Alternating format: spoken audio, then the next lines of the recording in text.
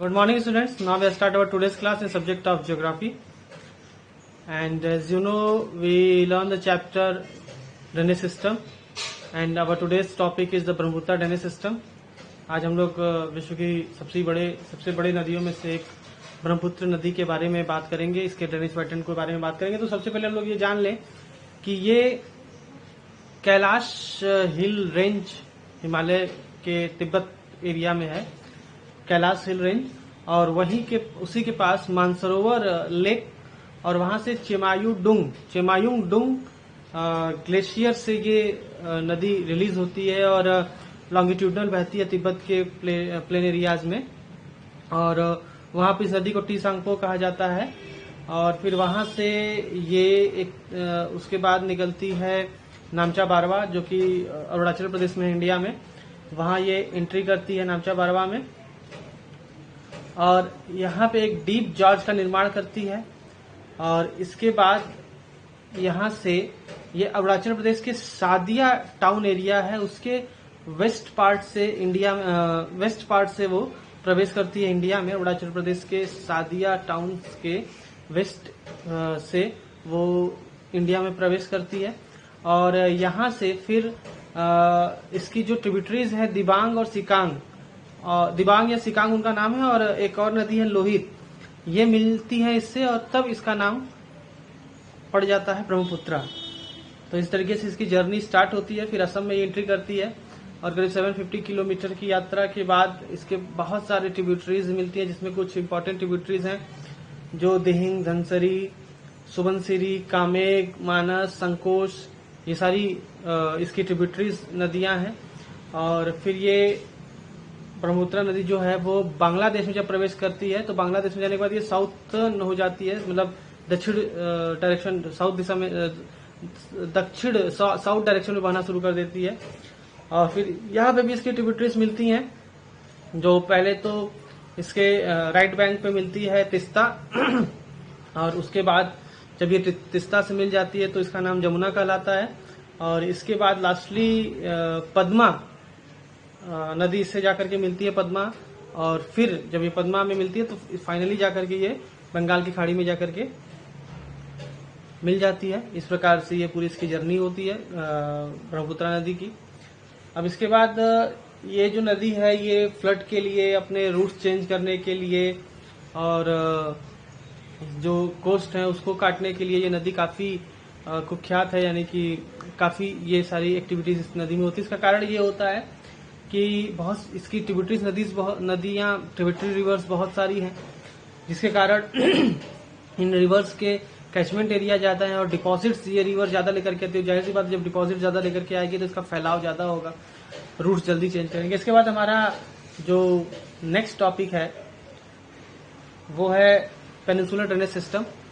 Peninsular drainage pattern या drainage system की बात करें तो ये हिमालयन ड्रेनेज पैटर्न से पुराना है। इसका सबसे बड़ा एविडेंस है कि इसके जो वैलीज है वो काफी ब्रॉड हैं और उसके साथ साथ जो रिवर्स हैं वो काफी मैच्योर लेवल पे हैं, यानी कि मैच्योर रिवर यहाँ इस एरिया पेनिनसुलर रिवर सिस्टम में जो नदियां बहती हैं उन्हें मैच्योर रिवर्स कहा जाता है। ये नदियां मोस्टली वेस्ट से ईस्ट की ओर बहती हैं और जो इसमें बहने वाली नदियां हैं और कुछ नदियां इसके नॉर्थ में भी, नॉर्थ साइड से बहती हैं, जिसमें इंपॉर्टेंट नदियां हैं चंबल, सिंध, बेतवा, केन और सोन नदी, और ये गंगा रिवर सिस्टम की पार्ट हैं।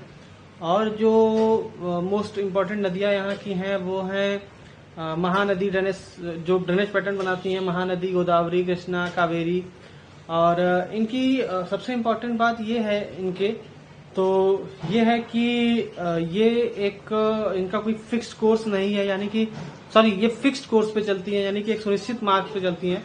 जो पेरेनियल रिवर होती हैं, यानी कि जो नॉर्थ साइड की नदियां होती हैं वो फिक्स्ड कोर्स पे नहीं चलती, विसर्प बनाती हैं। विसर्प जिसे मेंडर्स कहते हैं, वो मेंडर्स बनाती है, ये मेंडर्स नहीं बनाती हैं। ये मतलब जो पेनिनसुलर एरिया की रिवर्स हैं ये मेंडर्स नहीं बनाती हैं। उसके अलावा ये नॉन पेरेनियल होती हैं, ये हमेशा याद रखिएगा। जो नॉर्थ साइड की यानी हिमालयन रिवर पैटर्न की नदियां होती हैं वो पेरेनियल होती हैं और ये नदियां नॉन पेरेनियल होती है। पेरेनियल, नॉन पेरेनियल का मतलब होता है, जो पेरेनियल उन्हें कहते हैं जहाँ पे हर समय, जिन नदियों में हर समय पानी रहता है, और नॉन पेरेनियल जहाँ पे हर समय पानी, जिन नदियों में हर समय पानी यानी वाटर नहीं रहता।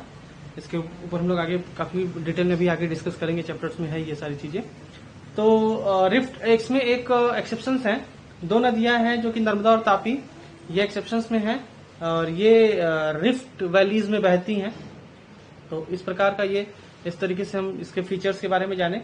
अब हम इसके एवोल्यूशन के बारे में जानते हैं कि पेनिनसुलर रिवर सिस्टम का एवोल्यूशन कैसे हुआ, कब हुआ। तो इसके एवोल्यूशन के बारे में बात करेंगे कि पेनिनसुलर ड्रेनेज पैटर्न या ड्रेनेज सिस्टम का एवोल्यूशन कैसे हुआ। तो तीन इसमें पार्ट्स हैं। जो सबसे पहला पार्ट है subsidence of the western flank of the peninsula leading to its submergence below the sea during the early tertiary period. Generally, it has disturbed the symmetrical plan of river on either side of the original watershed. तो इसको जब हम explain करें तो इसका मतलब है कि जब टर्शरी एरा था यानी कि स्टार्ट का एरा था, तो उस समय जो पेनिनसुलर एरिया का जो वेस्टर्न पार्ट का बैक एरिया था, यानी कि वेस्ट पेनिनसुलर एरिया, आप जब मैप बनाओगे भारत का या मैप में देखोगे जो ये ऐसे वी शेप में पेनिनसुलर रीजन है, तो उसके वेस्ट पार्ट को लो। वेस्ट पार्ट का ये जो एरिया है यानी कोस्टल रीजन है जहाँ पे वेस्टर्न घाटी जा रही है, ये ऐसे, इसका जो बैक साइड है यानी कि कोस्टल एरिया है, वो कोस्टल एरिया धसाव की वजह से यानी कि प्रेशर की वजह से जो उसका कोस्ट था वो नीचे चला गया, समुद्र के नीचे चला गया, जिसकी वजह से वाटरशेड एरियाज जो थे वो डिस्टर्ब हो गए और जो पैटर्न था रिवर का वो डिस्टर्ब हो गया। इसके एविडेंस आगे हम लोग देखेंगे।